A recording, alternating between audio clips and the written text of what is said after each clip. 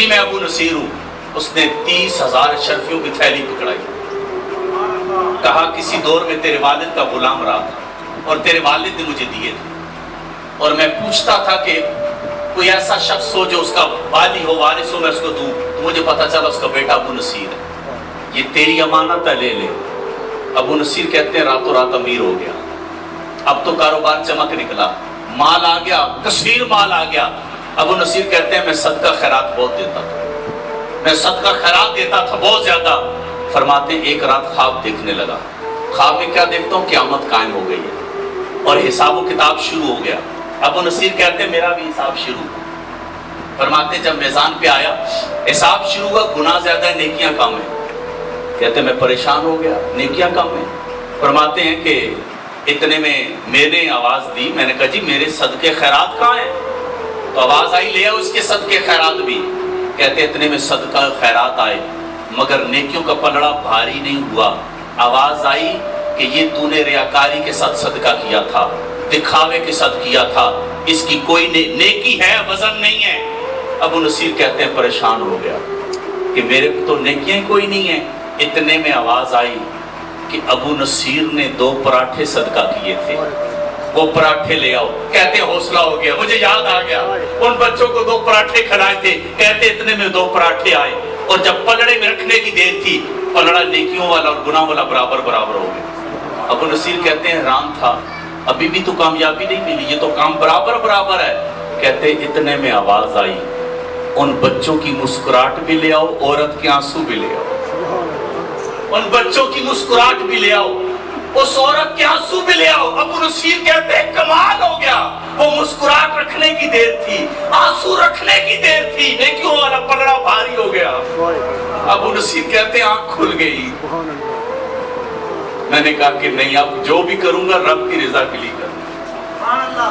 میرے پیارے بھائی, بڑی بڑی عبادات دھڑی کی دھڑی رہ جاتی ہیں. کیا خبر کسی یتیم کے آنسو تو نے پہنچے ہو, کسی یتیم بچی کا جھیز تو نے دیا ہو.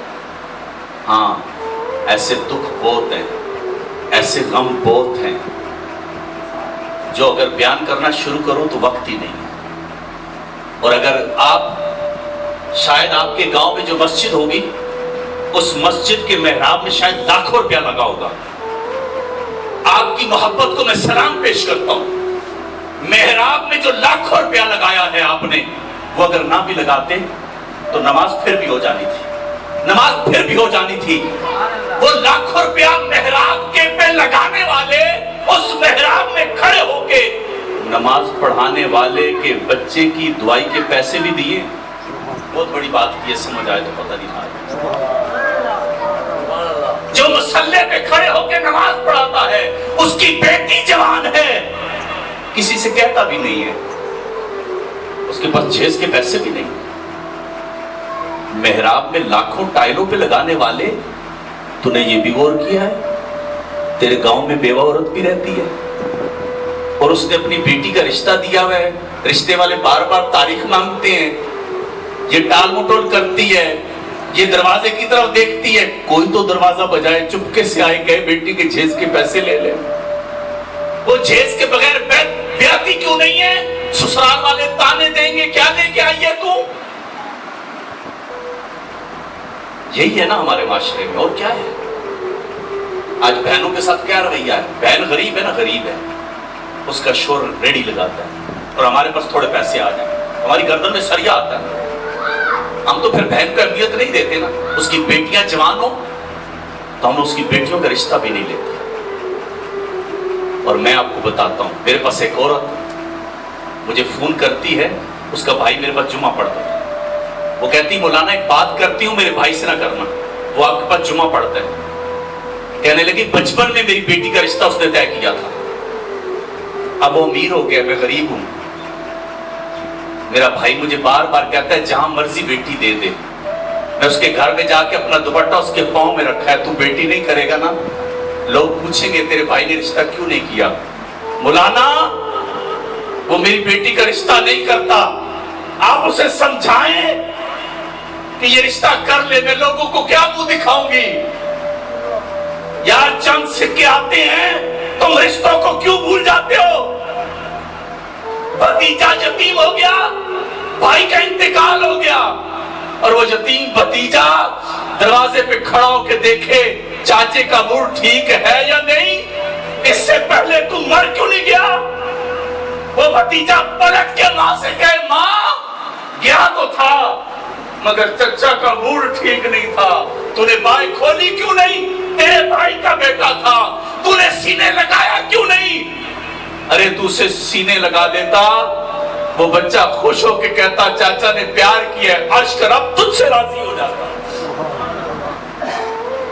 آج سکون نہیں ہے نا، یار سکون ڈھونڈ رہے ہو نا، سکون پنساری کی دکان سے نہیں ملتا، ارے سکون کسی درخت پہ نہیں لگتا۔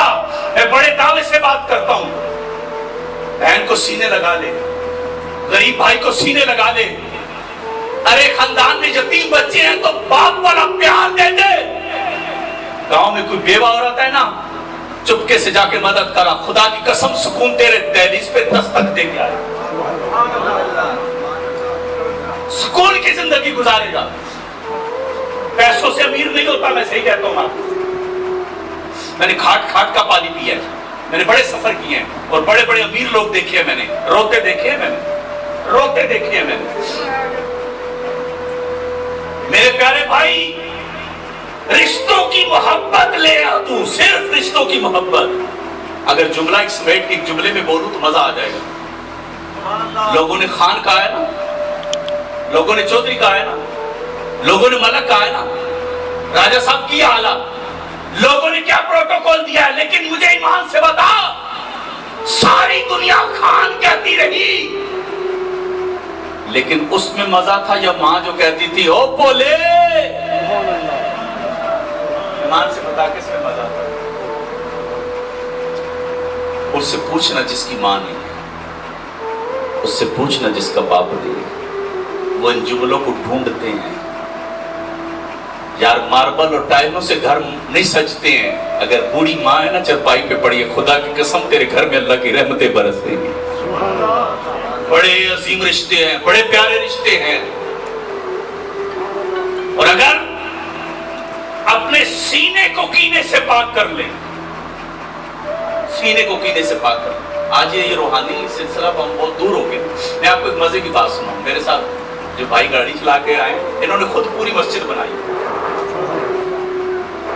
اور ماشاءاللہ اللہ تعالیٰ کا کرم ہے، اب یہ خود پڑھ رہے ہیں، ہمارے مدرسے میں آ کے پڑھتے ہیں۔ اللہ تعالیٰ ان کی اس کاوش کو قبول فرمائے۔ بات چل رہی تھی کہ دل کیسے صاف ہوگا اور یہ روحانی سفر کیسے طے ہوگا، تو میں نے انہیں علامہ اقبال کا واقعہ سنایا، آپ کو بھی سنا دوں۔